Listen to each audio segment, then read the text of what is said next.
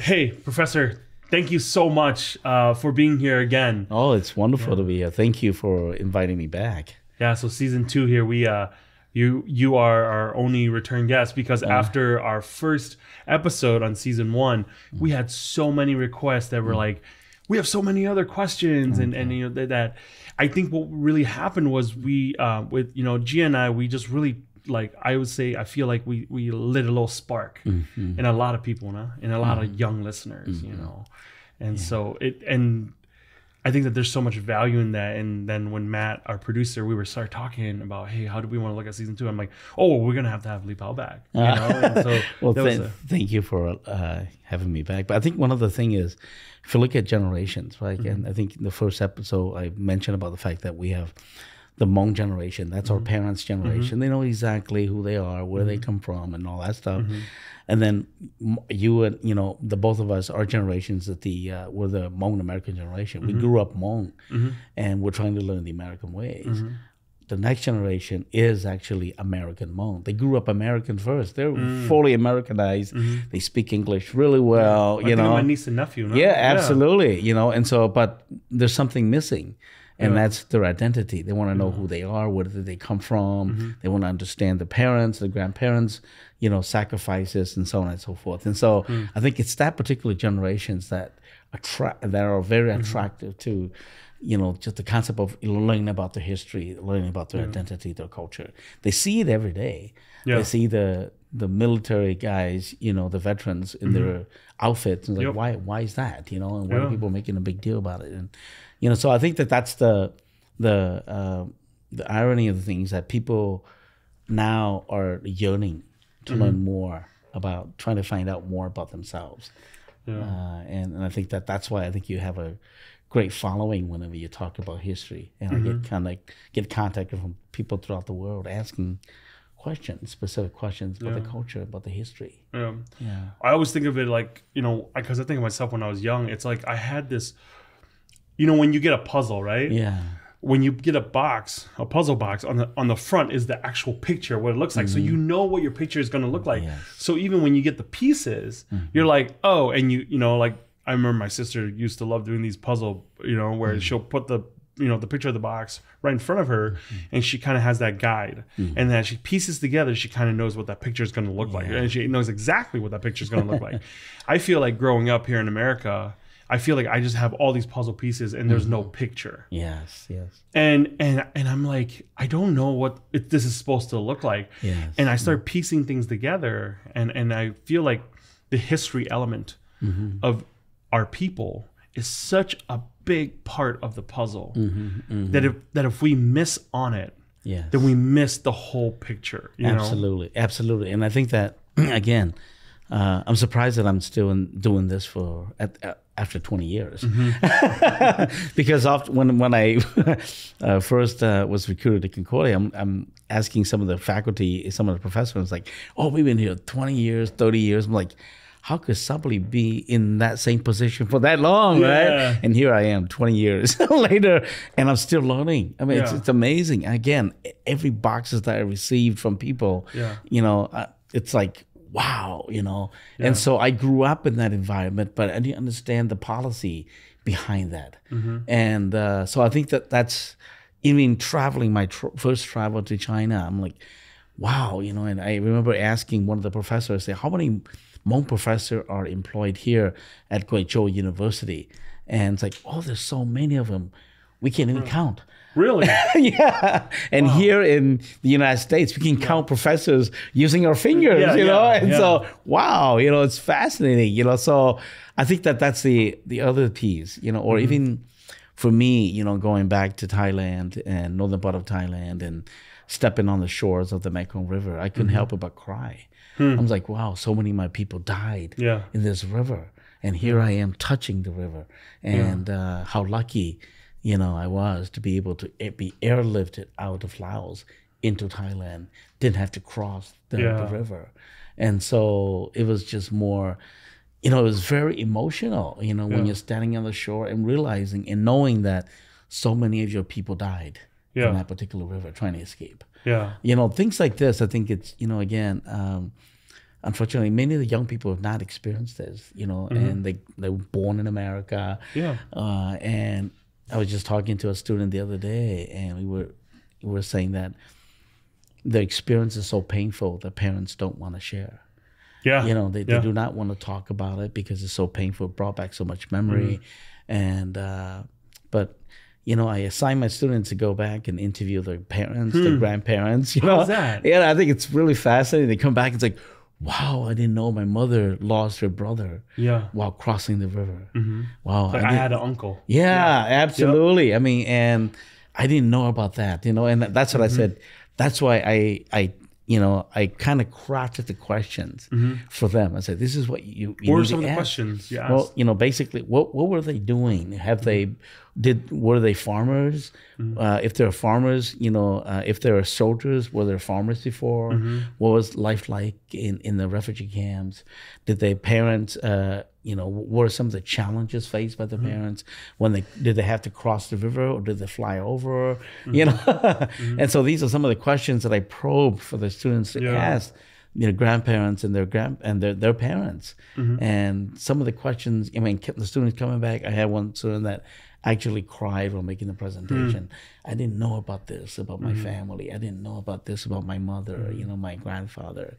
What do you think is that disconnect? Do you know what I'm saying? Until it was an assignment, because I think what's really cool is I feel like you're like the professor to all of us, but the people that are listening, young people. One of the things we found out is there's a lot of young people listening to to Hmonglish, right? A lot of young Hmong people, and so if they had, for example, if you can give them 3 questions, or maybe even 2 questions to ask their mom and dad or their grandparents.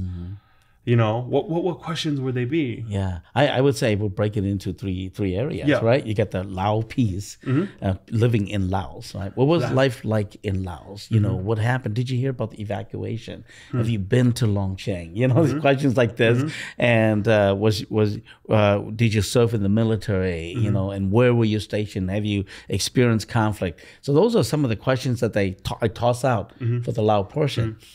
When they got to Thailand, how did you get to Thailand? Did all of your family arrive in Thailand? Because I'm just thinking about from my experience, when we got on the plane, my father and my grandparents got left behind. When we got to Nampong refugee camp.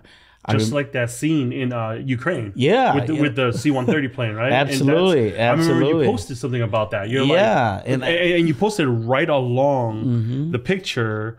People scrambling to get on the plane. Is it Longcheng? Yeah. You said, and if you didn't give me the dates on it, I was like, oh, these are the same pictures. Yeah.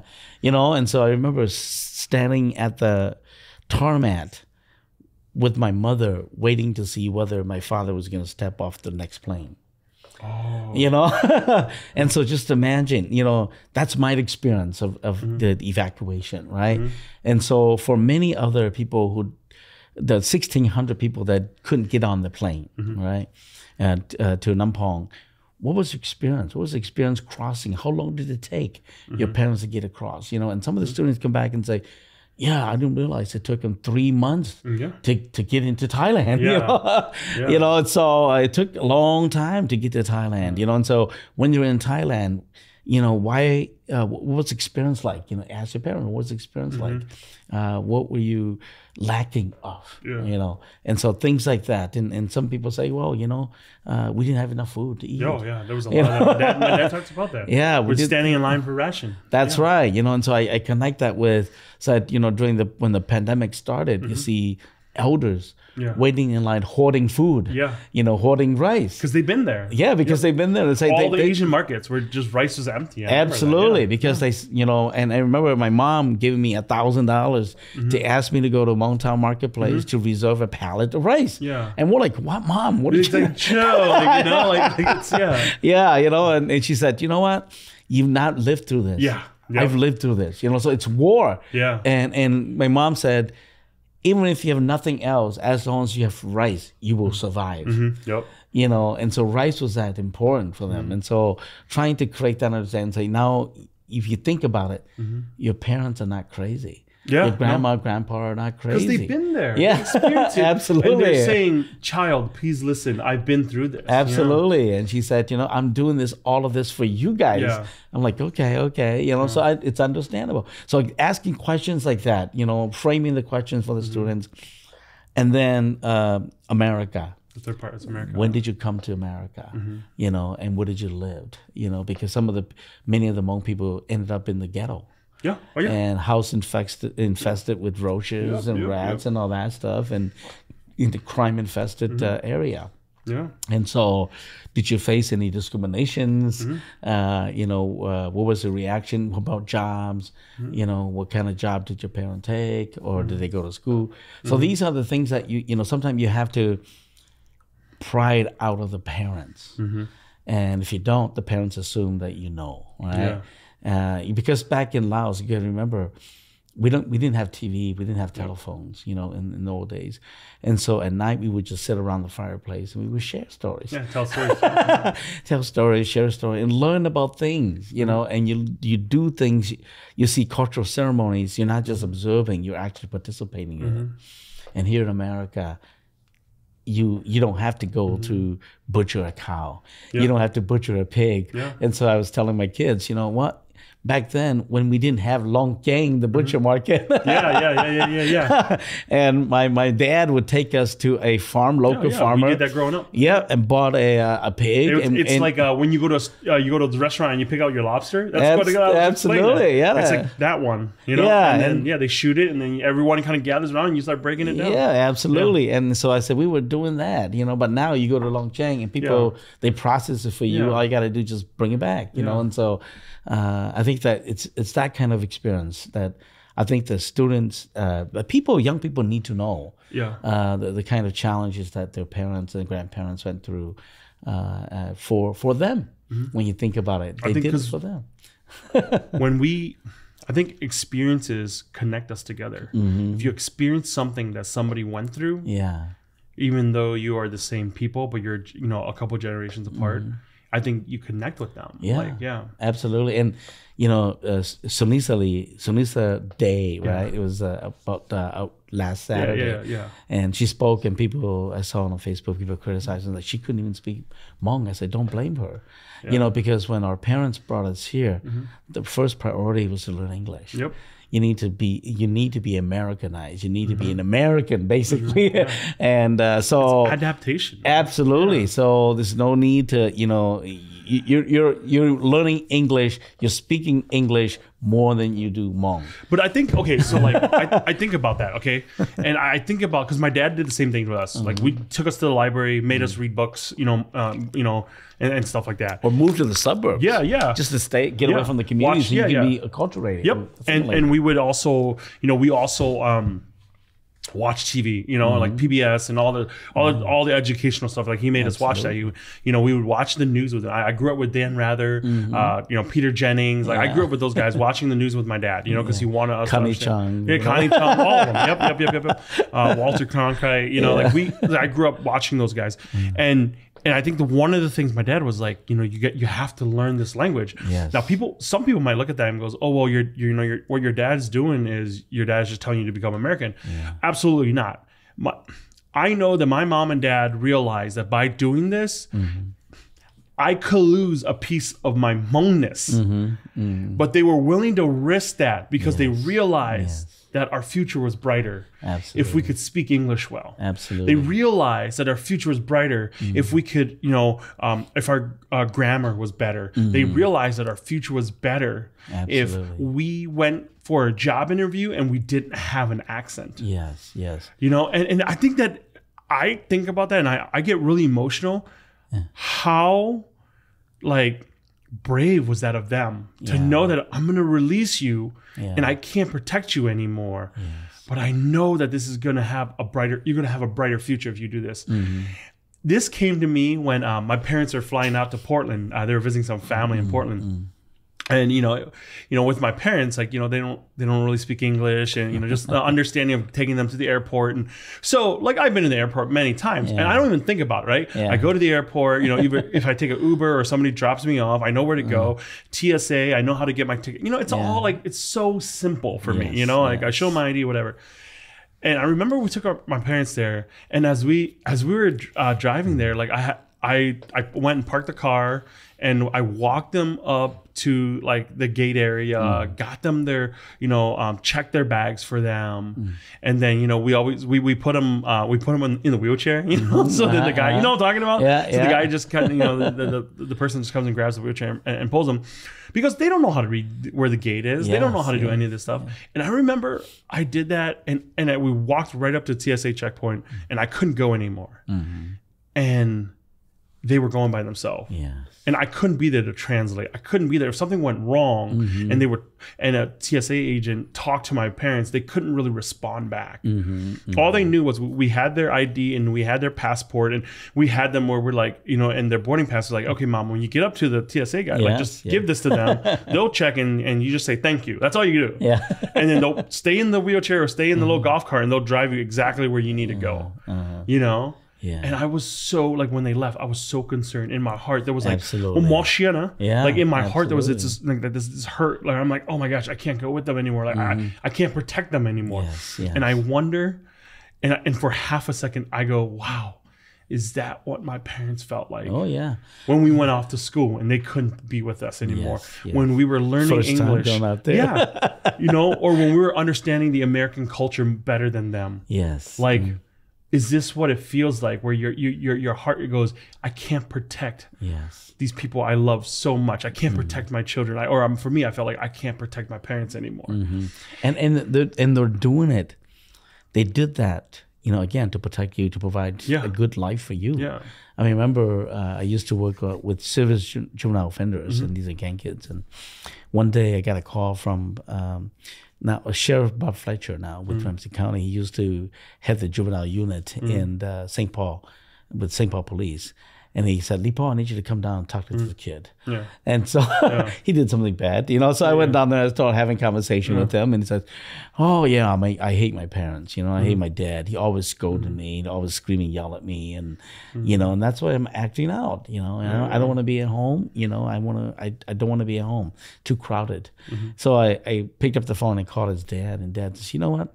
He's the oldest. And you know what? When we were crossing the Mekong River, we had no rice to eat. We only small portion, and I gave it all to him.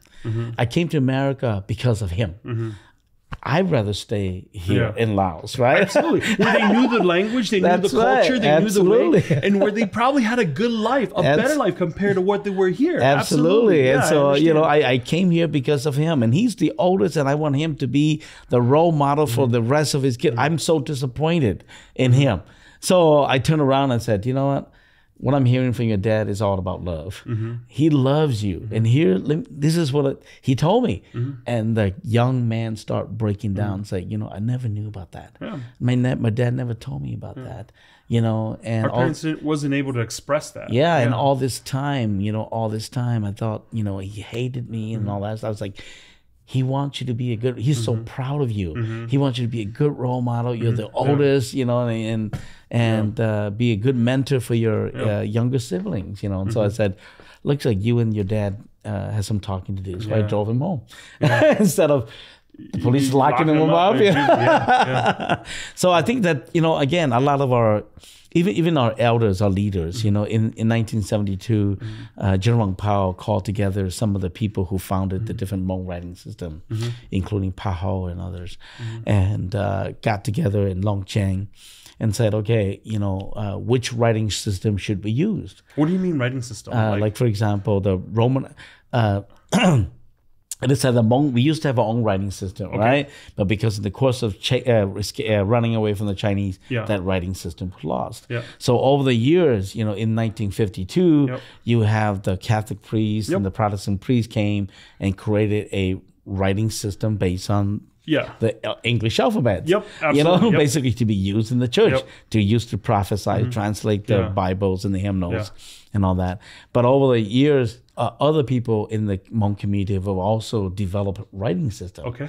And to use. So the Pahao with Yashonglu group, and then the Lo Fong, which is basically using the Lao script.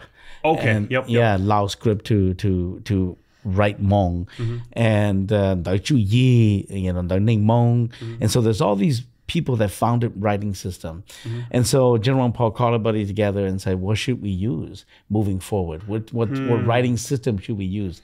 And so they all voted on using the Romanized version, the we have Romanized English letters. Absolutely, and the reason they picked that was they said, if we use the Romanized popular alphabet writing system, which is using the Latin form, then while they're learning how to read and write Hmong, they're also learning the English alphabet because it's all ABC. Definitely. And vowels, right? All of that, it's all vowels. Like the Hmong vowels. Yeah, absolutely. The same as the English it's the same vowels. as the English vowels, but you just add a couple more, like letters, so they decided to use that. They said, then we don't need to recreate the wheel of trying to create a typewriters or whatever, So we have the English typewriter here already, American typewriter here already. And so they agreed to use the RPA system. And then in 1982, General Pao also reconvened some of the people who invented new writing system, and they all met at Concordia University. Are you serious? Yeah, they met at Concordia University, and all of them, and along with linguists like Dr. William Smalley and Dr. Bruce Downey at the University of Minnesota, and they all decided to stick with the RPA system again, Romanized Popular Alphabet. Again, for the same reason that if you're learning how to read and write Hmong, you will be familiar with the English alphabets already. So it'll be easier for you to learn English. Yeah. So elders are always, some of these key leaders are always thinking way ahead of time. Yeah. And I think if it was up to many of us, it was like, okay, be nationalist about it. Yeah. Why should we be using should we be using the English one when we can have our own over here, right? And to use this one. So if we were to do that, we wouldn't have been where we are now. Where in the international community, the Hmong people use the RPA's writing the most. So when I write to people in Vietnam, I write to people in Laos, I write to people in China, I'm using the RPA because they're learning it as well. So it's the most recognizable and the most used writing system for all of us. It makes complete sense. Because the people who made a decision and saying that we're doing this so that it helps create a pathway to learning English. Absolutely. It helps create a pathway to surviving. Yeah. It's like, Lee Kuan Yew, when Singapore became an independent nation, Lee Kuan Yew decided, I'm going to make English one of the official language. Yeah. And in doing so, it opened up everything. Absolutely. Now it's one of the strongest economy in the world. And he said, and I met with Lee Kuan Yew's right-hand man 1 year in Singapore, and he basically said, we knew that we need to be, our population to be educated. And then once they're educated, then we can attract the Dells of the world, all of these Western companies to come IBM, here. Dell, to come here, establish, manufacturing plants because we have an educated class. Create jobs. Absolutely, create jobs and then improve the standard of living. It's really interesting. It's so rooted in our culture to always be thinking about the whole group, because an individualist person would think, no, we want to create our own thing, do our own thing, be our own thing. While some of our elders said, no, we're doing this because we're thinking of what the next generation, not even just the current present group, but the next generation and the generation to come. Absolutely. And I think, the Hmong American generations are still living in that world. the American Hmong generations are trying to understand it. That's true. So, like, for example, when General Lee Pao passed away, you know, all the elders, you know, everybody's mourning his death and crying and all that stuff. He's the closest to a president or absolutely. A leader. And some of the young people say, "What's the big deal? You know, why are we people running around like some war dude just passed?" Yeah. But it was, you know, again, he pulled people together. He gave people a vision, right? And so I think that's. And the generations that, you know, I grew up in that Hmong American generations. I was executive director of the Hmong Youth Association, executive director of Hmong American Partnership, and I was sharing this with my other colleagues doing that, you know, now. And I said, you know, our generations, we were always thinking about our community. How do we move our community forward? You know, and how do we bring justice if there's injustice upon our community? And and it wasn't. We were thinking that it was not our job. It was our passion because we want to help our community. We want our community to thrive in America, and so the next generations, it's basically I'm doing it for myself. It's a job, and I'm gonna go to my work. I'm gonna clock my time. When it's time to leave, I'm gonna leave. You know, and so it's totally different. These two generations, but I think again, I have hope. Usually, 2-3 generations down the line, people turn back, and it's always like that. You know, because now, you know, I even remember, you know, growing up in the '80s, if you're the FOB, the fresh off the boat people, you know, you get harassed, you get intimidated, and so sometimes they'll say, "Are you Hmong?" No, I'm not Hmong. You know, I'm Japanese, I'm Chinese, I'm all this other group. You know, and because otherwise you get labeled, and so people don't want to be part of that new group, right? And so now this generations, I think, you know, people are much more vocal, which is very interesting. Is that these younger generations, they understand the power of collectivism, right? And advocacy work and the which has always work. Been part of our culture. Absolutely. You know, like we just didn't use those words. Advocacy, you know, like the power of collectivism. We never used those words. It was just part of being Hmong. Absolutely. So now you have a whole new generations who are very active, you know, very active and very proud of their identity, but they're trying to find out what is that identity. I agree, and they're proud, but they want to know why. You know, it's the why. It's the why. It's like it's in me. But I don't understand why it's in me, right? That it's a part of us. You know? So I think it's. So, you know, let's back up a little bit. This is kind of my own kind of curiosity. You know, in the first time you were here, we talked about, you know, we went back like 5,000 years ago, you know, and the 3 kingdoms in what is known as modern day China, and how one of those kingdoms was, you know, the Hmong kingdom. You know, it wasn't. You know, it wasn't presented that way by Chinese history, but one of those kingdoms was the Hmong people, and the other 2 kingdoms decided, oh, they're getting too big, so they fought that, and then the Hmong people, we disperse, right? You know, Thailand, Laos, Vietnam, Burma, we disperse, kind of coming down south in that area. Okay, so let's fast forward to more I would consider modern history, right? So how did the French get involved? Like, how did the French get involved there? And then that led up to what, like that was like in the 40s, 50s, right? The French was... Well, French occupy French Indochina. Colonized Southeast Asia since the 1800s. So when a lot of times people are like, "Oh, Americans are colonizers." I'm like, no. The French and the British have been doing it way before. The French were down there. The French colonized Laos, colonized Cambodia, colonized Vietnam. And what was the French's interest in there? I think it's more resources. Finding spices, wealth for the kingdom, right? And so it's that whole era of everybody trying to find something. Like, for example, the British. India. Burma and India, right? And Thailand, ironically, was never colonized. Never been colonized, you know, Thailand, which is really interesting.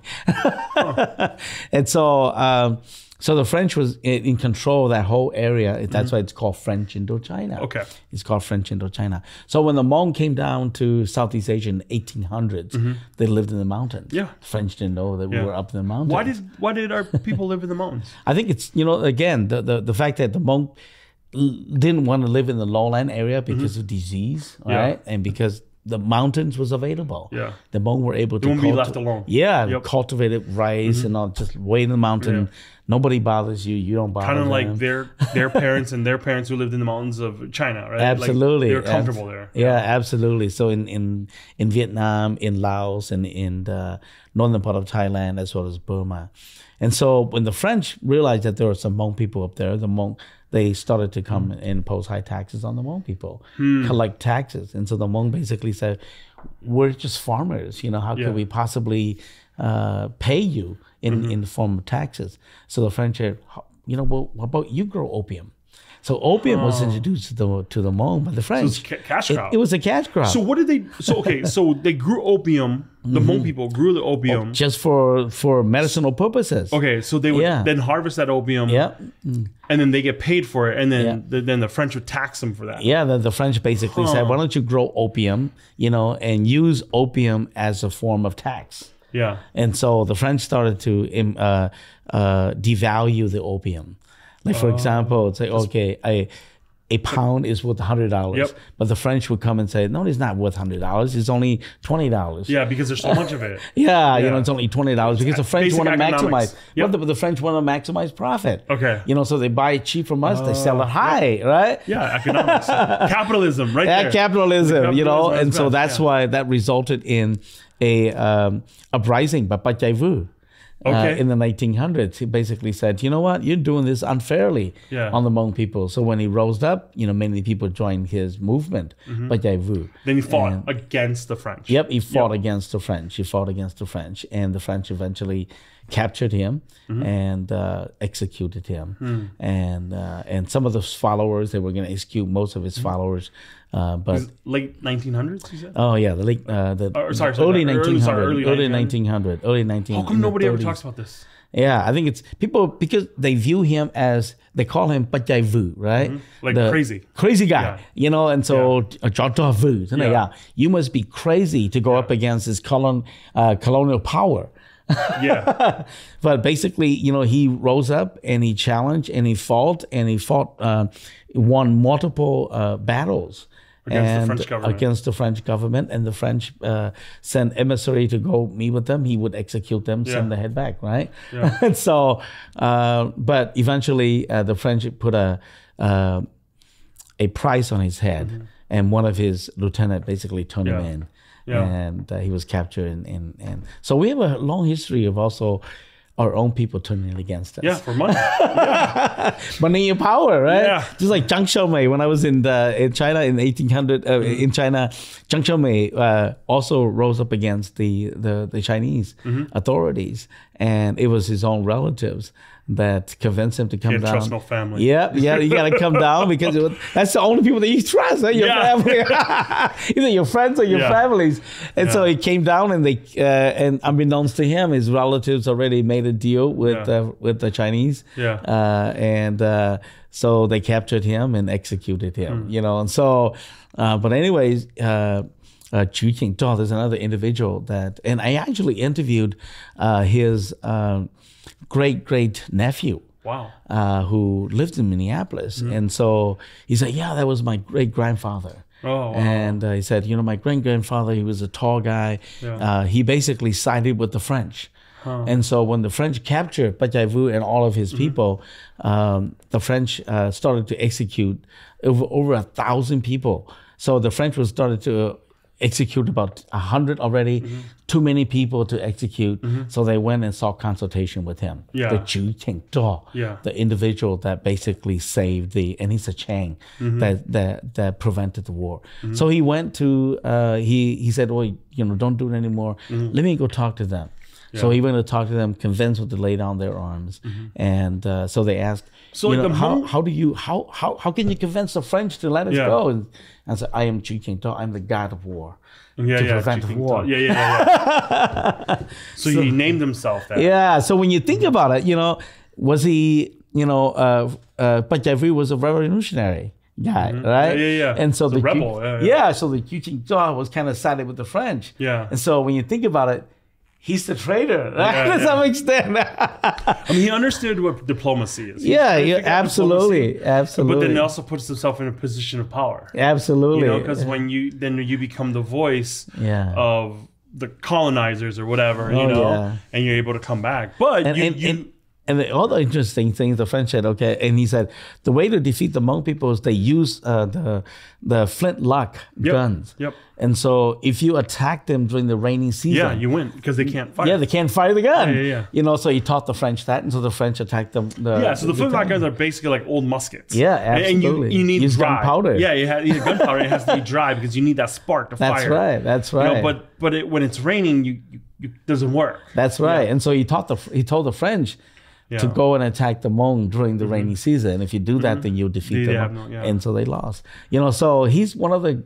individuals that I think I lift him up as, a revolutionary, a nationalist, who rose to protect the Hmong people. But somehow many of the individuals kind of view him as a traitor. Rising up against colonial power. But when you think about from a nationalist perspective, he's a hero.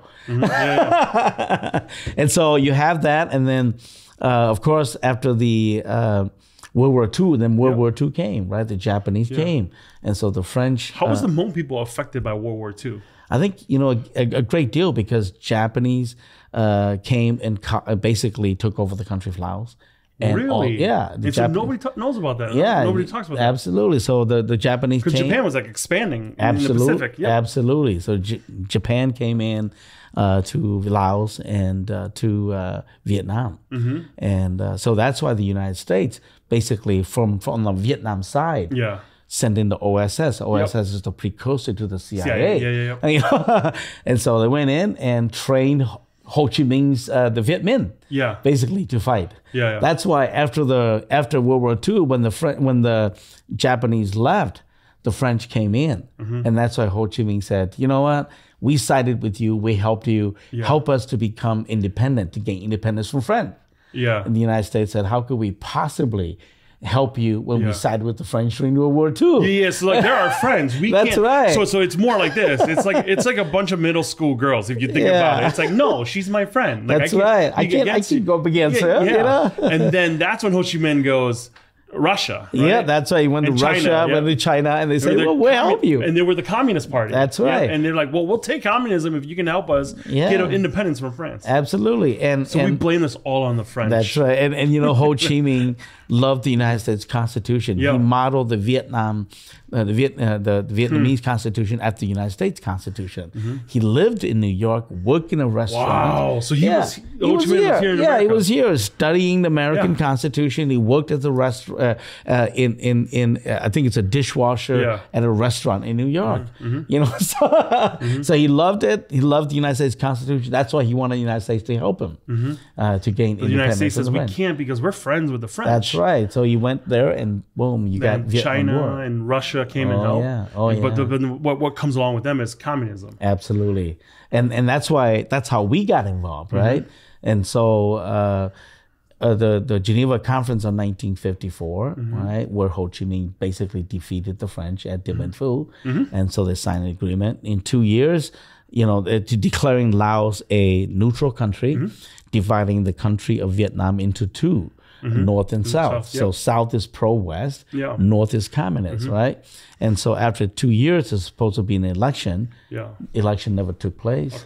And so Laos was supposed to be neutral, but the Vietnamese was using Laos to connect to South Vietnam to supply the Viet Cong. The supply line was there. Absolutely. So when you think about it, Ho Chi Minh Trail is south of Laos, but when you really think about it, it actually started up in the northern part of Laos. And that's where the Hmong people. Yeah, so we kept about 3 to 4 full-fledged Vietnamese battalions at bay until 1975, from 61 until 75. And so 54, Laos was supposed to be neutral, but during that time, the Kennedy had special forces in Laos already, the White Star. And so they were in Laos training people until 1962. There was a Vientiane agreement, basically said, all Western power needs to leave the country of Laos. Laos needs to be neutral, right? But everyone was still in Laos. Yeah. So the United States left, but the Vietnamese were still in Laos. And so that's why you get to see the whole conflict from 61. And then 1960, there was a military coup organized by Captain Gong Lei, who was trained by the Americans. He was paratroop battalion number 2. And so he was, highly trained by the United States. He got sick and tired of all the political infighting within the country of Laos. Yeah, within the different factions. So he staged a coup. Yeah, staged a coup, and he won. He took over the Laotian government. Yep, he took over the country of Laos, and then the first thing, I think he made a mistake of saying, United States need to leave the country of Laos, and he blamed all the turmoil within the country of Laos on the United States. And so, what year was that? This was 1960. Okay. And so basically he said the United States need to leave. America said that's not happening. Yeah. And that's where they sent in Colonel Belair. And Belair was working along the border of Laos and Thailand.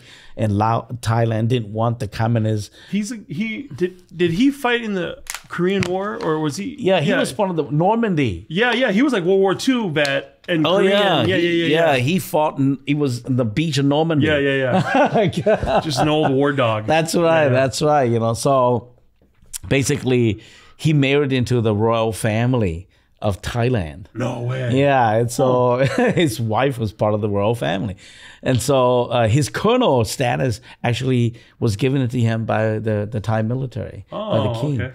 And so they made him they gave him a post of training the border patrol, the Paru. And so they were supposed to safeguard the border of Thailand against communist expansion into Thailand, from Laos and China into Thailand. So I had a conversation with him, and I said, how did you know about General Pao? I heard about General Pao when I was in Thailand already. Because General Vang Pao actually fought with the French. Yeah, he was a French soldier. Yeah, he was a French soldier. And, if you think about this, when Dien Bien Phu was about to fall, Colonel Sassy was the colonel assigned in Laos, the French colonel. And so Colonel Sassy led a group of soldiers, and General Pao was a lieutenant in that group. And they got halfway, and Dien Bien Phu fell. So if you think about it, if they went all the way to Dien Bien Phu, General Pao wouldn't be alive. So I always ask my students, just imagine, if General Pao was dead, got killed in Dien Bien Phu. Yeah, there would be no secret war. Yeah, there'd be no secret war. There would be and we wouldn't be here. Yeah, and General Vang Pao he had a reputation of being a military leader. Oh yeah. And it was brave.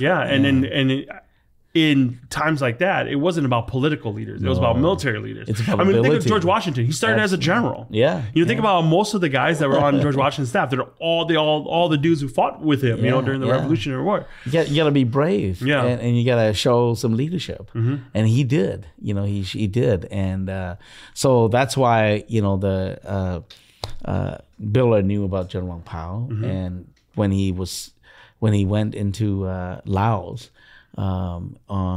he came and met with General Pao on January 5th, 1961 at Padong. And so you have Gong Lei, who fought, not Padong, Tatong Tavian, who fought with the French, right? Who fought alongside the French, right? And then he fought as a soldier of the Royal Lao Armed Forces after the French left, right? And so he became one of the Royal Lao Armed Forces, which is the main military group in Laos. And he fought at the Plain of Jar. And so he was chased by Gong Lei, Captain Gong Lei, from the Plain of Jars to Tatong Tavian. And so when he got to Tatong Tavian, Belair heard that he was there. Yeah. He flew out and had a conversation with General Pao. And thus the relationship between the American and the Hmong was established January 5th, 1961.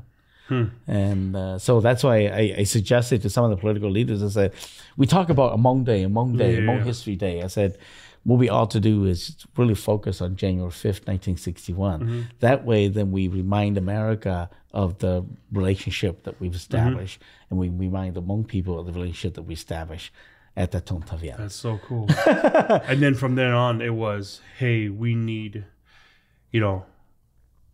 it was like, we need your help. Yeah, basically, I mean, when the conversation occurs like this, it's like, what do you need from us? Colonel Belair said, what do you need from us? Vang Pao said, we need arms. How many people can you pull together? I can find you 300 people tomorrow. Yeah. and if we help you, will you rebel against the country? And he said, no, I am a soldier of the Royal Lao Armed Force. Yeah. How could I possibly do that? Yeah. And so America said, okay, sure. So in 3 days, they dropped equipment to his groups there. And Colonel Belair, then instead of sending Americans in to train the Hmong, they sent in the Thai Peru. Because the Thai Peru are the border patrol. Okay. And so they're Thai, they spoke the language, they look like us. Yeah. So by doing that, then you won't violate the Geneva Conference or the Vietnam Agreement. So it wasn't white dudes coming in. Yeah, if the white dudes coming in, interacting with people, then you will violate the Geneva Conference in 1954. Yeah. so that would not happen. Yeah. They were going to let that happen. And so that's why they used Thai to train the Hmong. So the Americans basically funded and provide the training and the weapons to fight. In one of the classified cable, they said, these are our men because we pay them and we train them. And so it's really interesting, these declassified cables from the CIA and from the State Department. So the CIA said that about the Hmong people? Oh, yeah, the CIA, the State Department, the president. Yeah, because we pay them. Yep, and we pay them.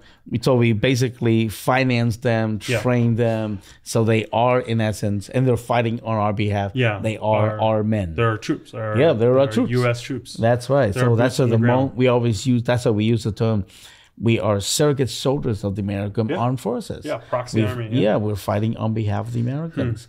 To contain communism in Southeast Asia, because at that time, many of you may have heard about the domino theories, right? Why is Laos so important? Because Laos is smack in it's a landlocked country. Yeah, it's a linchpin. Yeah, it goes and boom. Absolutely. Thailand's next. That's right. Yeah. And this is where President Kennedy and Eisenhower were talking about the fact that Laos is like the cork on the wine bottle. It pops. Everything else would fall. And so just imagine that whole area, Thailand, Vietnam, already communist, right? Philippines, all of that, India, that whole continent, the whole area would just be communist. So America said Laos is important. So it's important to understand that the war in Laos started before the war in Vietnam. Because they knew that if we lose Laos, then that's right. Everything just kind of falls. Yeah, and many of the young people, I hear people, and even scholars said, the Hmong people fought against the Viet Cong. The Hmong did not fight against the Viet Cong. We fought against the North Vietnamese army. The Viet Cong are the resistant fighters in South Vietnam. The Americans were fighting against the Viet Cong.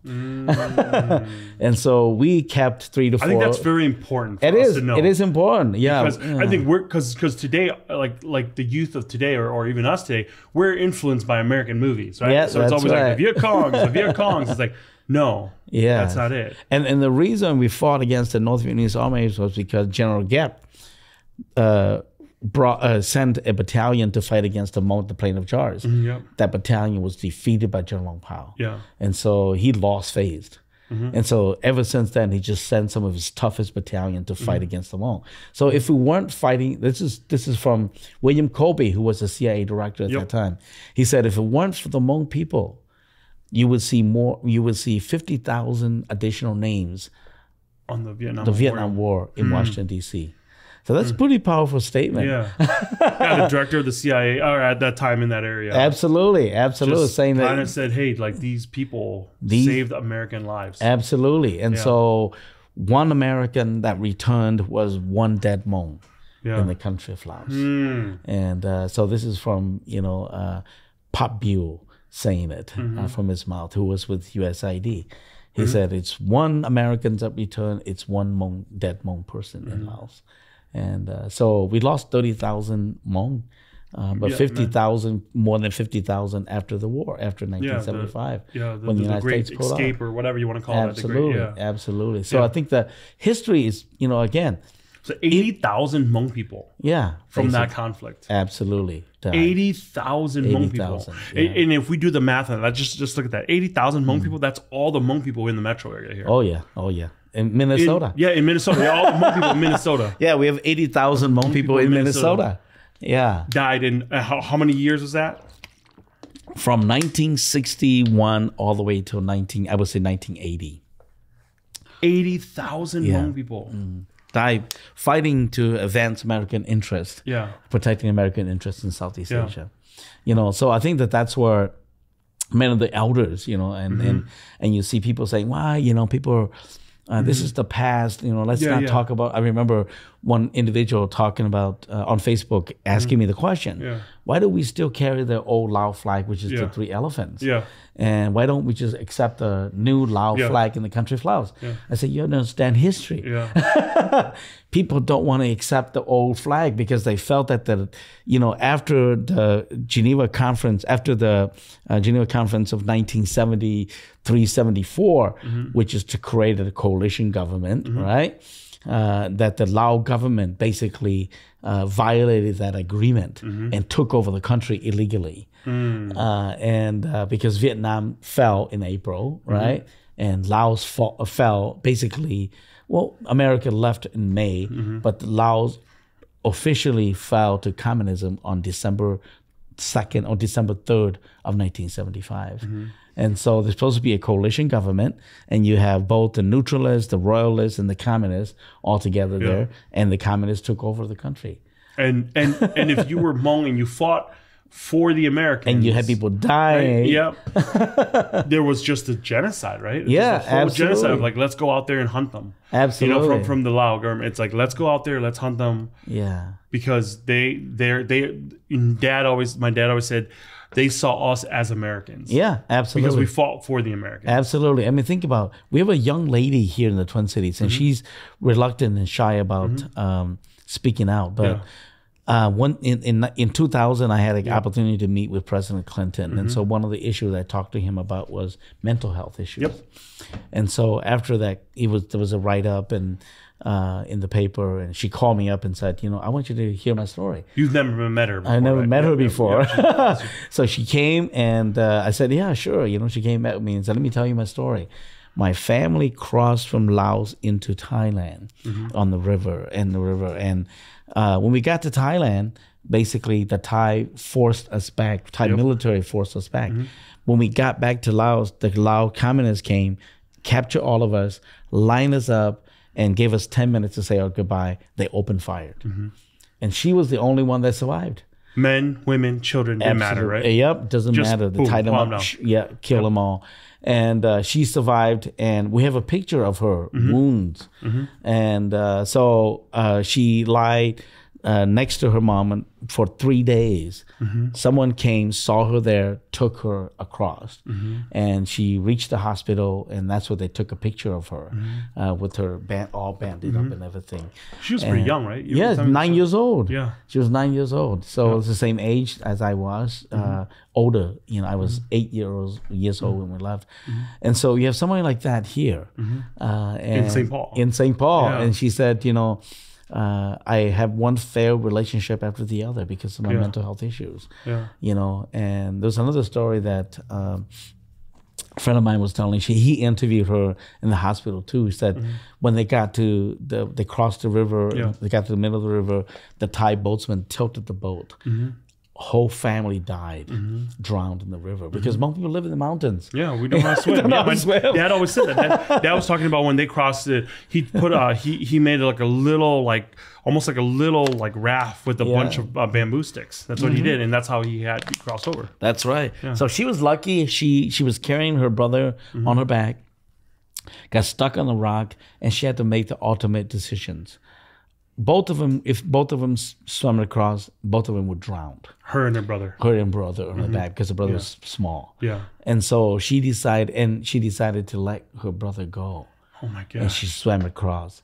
Yeah. And when she got to the hospital, they asked her why. She said, somebody needs to live to tell the story of what happened to us. Yeah. So when you think about these things, the experience very traumatic. for the elders. Yeah. And so it's very difficult for them to share. And so you have to continue to just, say, hey. Be sensitive to it. Yeah, be sensitive, be understanding, be understanding. And even people in the community criticize about, how all these veterans and all that stuff. I said, you have to understand where they come from, and you're here, you grew up with a silver spoon in your mouth. Yeah. How did the silver spoon end up in your mouth? Yeah. Somebody had to sacrifice, right? They made enormous sacrifices to come here just for you. They have no idea. People said, we chose to come to America. I said, we didn't know anything about America. We heard about America. I know the only thing I know about America was the landing on the moon. We learned that in school. And for other people, they understood what America was. We didn't, but we just came to America blindly because, our necessity. And when you talk to elders, they said, if we have a choice, we'd rather Absolutely. Absolutely. Don't want to be here, Yeah. That's what I think you see. That's how you see, the elders returning, going back there, and that's how you see it's their home. They miss it. That's right. I have a rice plant at home, and I planted and it's sprouting now. I was like, because it reminds me of home, it's the rice, I think just understanding that whole history on how our Hmong history, I would call it modern Hmong history, is intricately woven into countries like France and to countries like the U.S. and the conflict in Southeast Asia. Well, I always see it as like the Hmong people, we're just a small piece in all these big moving pieces. Absolutely. And our choices that we got to choose, we really didn't get to choose. Like parents, like my mom and dad didn't have the choice of like, hey, do you guys want war or no war? That's right. It was just like war came. Yeah. I remember my dad was being interviewed and we were on this little interview thing and somebody goes, are you mad at America? Are you mad that America like left you guys and you fought for them? And he didn't answer. He answered it this way. He goes, we had to survive. Yeah.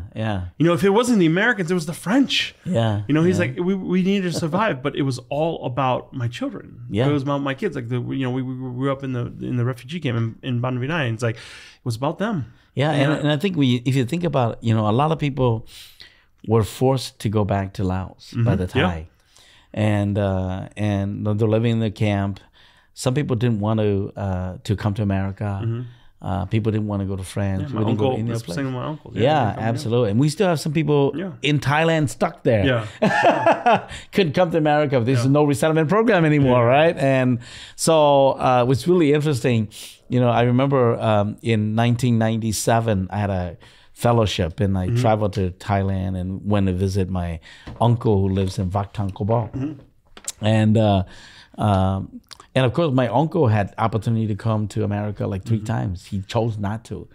So my uncle was really old, and his son said, all of you guys as older brothers, you live in America. I'm the only one here. And I said, do you want to go to America? Yes. I said, what about your parents? They're old now.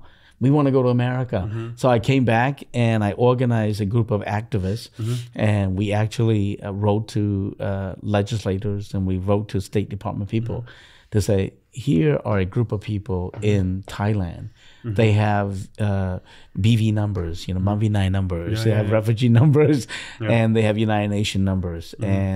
But because the parents didn't want to come, but now they want to come to America, so open up an opportunity to do so. And so we did some advocacy work behind the scene, and that's how the Vak Thang Kobok program got started. 8,000 of them were resettled in the United States.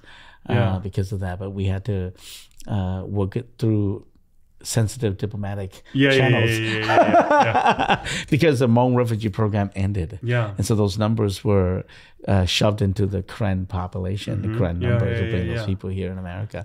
So I think that when you think about it, again, people had no choice but to come. Many people didn't have any choice. Either that, if you are in the military, you definitely have no choice. If you get repatriated back, you're going to get killed. My dad and my uncles. It was like you either stay and then eventually they'll kick you back, and then you'll be arrested or killed. And because you are consider a traitor, to the country of Laos. The running dogs of the Americans. That's what they call it. Yeah, the running dogs of the Americans. Yeah, the running dogs of the Americans. Is that the Lao? Yeah, that's the how Lao government called them. Yep, they call it that. That's a cool name. That's actually a cool name. For those who like dogs. Yeah. That sounds tough. Yeah. New restaurant name. The running dogs of the Americans. For me, hearing all this makes a lot of sense. I was just, was really blessed this morning. I was just with the reporter, and they were asking me about, a lot of stuff, but they were more interested in we saw this thing with Iron Chef, you guys on it, and he's like, congratulations, by the way, that's a cool show. Thanks, yeah. And he was just, so he wants to do this human interest piece on what we're doing and who I am and all that stuff. Yeah. And he asked me what does it mean to be Hmong? And I tell him, and I'm like, I learned about what it means to be Hmong by going with my mom, by going to the garden. Yeah. I remember I was standing there, and we were harvesting this area, but then there was this one little section of the garden where it was kind of overgrown and all the produce was there. And I'm like, Mom, why aren't we harvesting that area? And my mom goes, he's like, "Mito nandana, nong." I'm like, what? Those are the seeds. Oh, yeah. That we let these produce overgrow, and they actually die off. We don't actually get any food from them, but what we do is we get the seeds. Absolutely. And those seeds is what next year's harvest is going to be from. And they'll do that again too next year, and they'll have a section that will just be grown for seeds. And my mom said that when they were able to grow zhongzhuang, the mustard greens here, they said they got the seeds from Laos and Thailand, and when they brought it here, they said that over half of what they planted they let die because they needed that seed for the next season. Absolutely. That's being Hmong right there. Yeah. That one generation, they die to themselves. They sacrifice themselves so that we, as the next generation, gets to live. And then as we live, we ask ourselves, what are we going to sacrifice? What's our generation going to sacrifice? For you, how you were saying that you guys came back, talking to your cousin, you guys came back and you guys did advocacy work. You know why? Because you understood how the system worked. Because your parents and your grandparents sacrificed, and you got here, and you were able to talk to officials that knew how the system works. You were in that bureaucratic system. Absolutely. And you used that to say, how can we then go back and bring our people here? How can we go back after the Resettlement Act is done and bring them back here? Absolutely. And then your children, they're going to know this story, and then they're going to have to ask themselves, what's my generation sacrificing? And it's a good burden that I have. And I love it. I love it because, I think that what we've done with our restaurant is be more than just about food. It's telling the story. It's transformative. And I think it's the experience, understanding us. Understanding who we are. And I remember when I was doing graduate work, one of the individuals said, we love your embroideries. We see your culture and all that stuff, but we want to taste the fruit, the food. And so it'd be great to have a Hmong restaurant. So don't call it anything else, right? But I think it's food is what unites us. And that's why I always tell the story about the fact that, just imagine popcorns, right? So we're like the popcorns, when you put it into a hot pot, basically some will pop. And those will be consumed. And then some some of them some that doesn't pop. Doesn't pop, and just leave it there and it get tossed away. And then while you're stirring it, some will fall to the next, and then it will germinate and it grows. And so we are those people. We are like we're not being assimilated completely, but we're continuing to grow. And the next generation will come and harvest that, and they will go through the same process all over again. And this is why I love having you as a guest on Hmonglish, because that's what Hmonglish is about. We live in this in-between world. But to know who we are, to know our identity, we have to know our past. And that's why it's very, very important to know our past, and to know why for some of us, our parents and our grandparents don't speak much. One of the most amazing things I love watching, it happened a couple of weeks ago. was one of my niece and nephews, their birthday party. And so all the niece and nephews came over, and they're loud and they're running around. And while they're doing this, we're all over, we're having, my mom made this big thing of pho, we're eating, it's all the, and all these kids are running around, and my dad is sitting, like, after many, many years of sacrificing for his family, giving everything up, fighting a war, getting us here. He's an old, I call him this old warrior who has no more battles to fight. He has no more wars to fight. And he's sitting on the couch. And I think it was like some kind of animal show, like National Geographic show was on. And he's sitting on the couch, and my niece and nephew, the little ones, are crawling over him, and he's asleep. And he's just sleeping like an old grandpa. And all these kids are around him, and they're running, they're being super loud. Yeah. And I thought to myself, I know that there are some grandparents out there who are all like, oh man, kids are so loud, I can't fall asleep. Yeah. My dad can sleep through that because he loves the crying, the yelling, the laughter of his grandkids. Yes. Because they didn't have that. Yes. Because children died during the war. Absolutely. Children died during the refugee camp. Yeah. My mom said there was, growing up, you would give anything to hear the cry of a baby. Because when the baby didn't cry, it meant the baby died. Yeah. And so here's my dad sitting on the couch, and all his, all his like descendants, they're all crawling over him, and they're like grabbing his arm, and they're playing with him, and he's just taking a nap. Yeah, that's my dad. Yeah. and to me, that's one of the most beautiful thing ever. Yeah, it's my dad sitting on the couch, and all the kids, nephews like screaming and yelling, and he's just like going away. Yep. And he's just passing, he's just napping. Yeah. And I think that it's one of the most beautiful scenes because I just see that his soul is at rest. Yeah, and here he's a warrior. It's a warrior, and but I think the other thing is, for many people who are less fortunate, while they were crawling through the jungle, the kids need to be quiet, and they fed them opium to sedate them. That happened in our family. Yep, sedate them. Otherwise, if the baby cried, then the Vietnamese would hear it. I mean, the communists would hear it, and many children died that way. Yeah, absolutely. So a lot of people died that way, and so I think it's different generations. But again, war is it's never easy to talk about. Even to this day, my parents, I tell my brothers, I said, growing up in America, I never heard my mom complain about her jobs. Yep. Never heard my dad complain about his job. And yet here we are complaining sometimes. Yeah. And most of our job is sitting doing emails. I know, right? like it's like, oh, my back hurts because I was sitting here and for 2 hours in an air-conditioned room and I was typing on my computer. Yeah. Or I need to, it's so funny too because it's cultural privilege. Yeah, right? It's like, oh, I've been sitting too long for my job. I need to get up and take a walk around the campus to get some energy. And I'm like, what?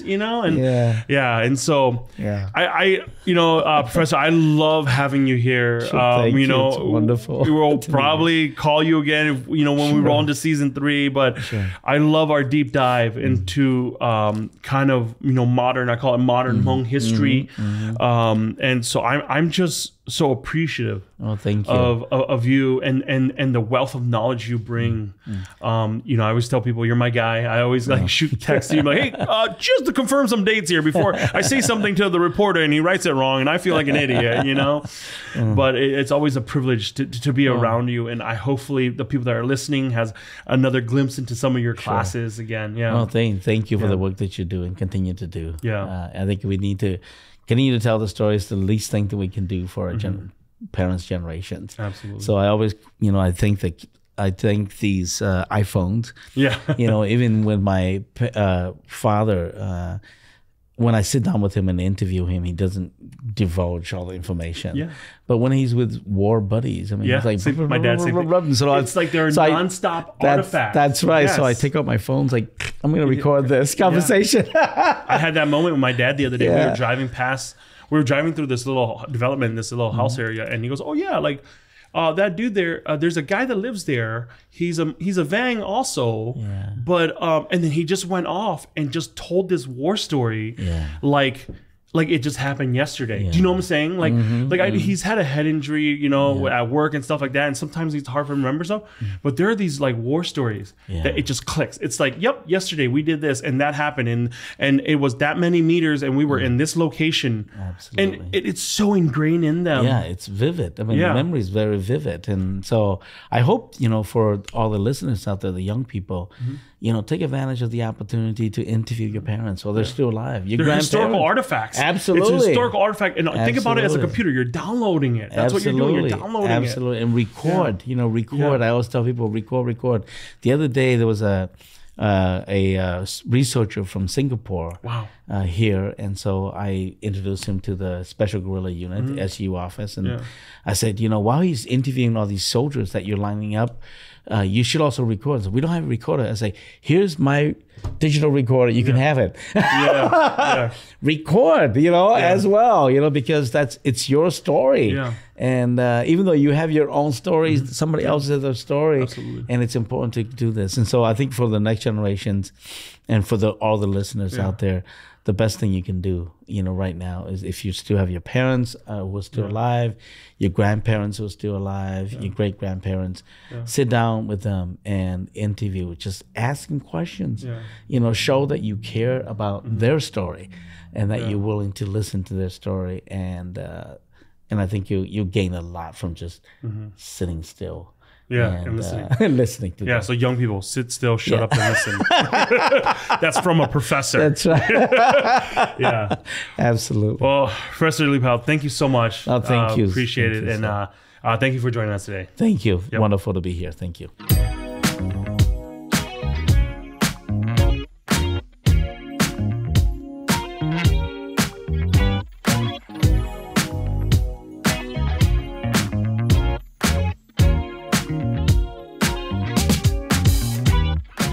Hmonglish is a collaboration between Hill Tribe LLC and Gleam Tower Media.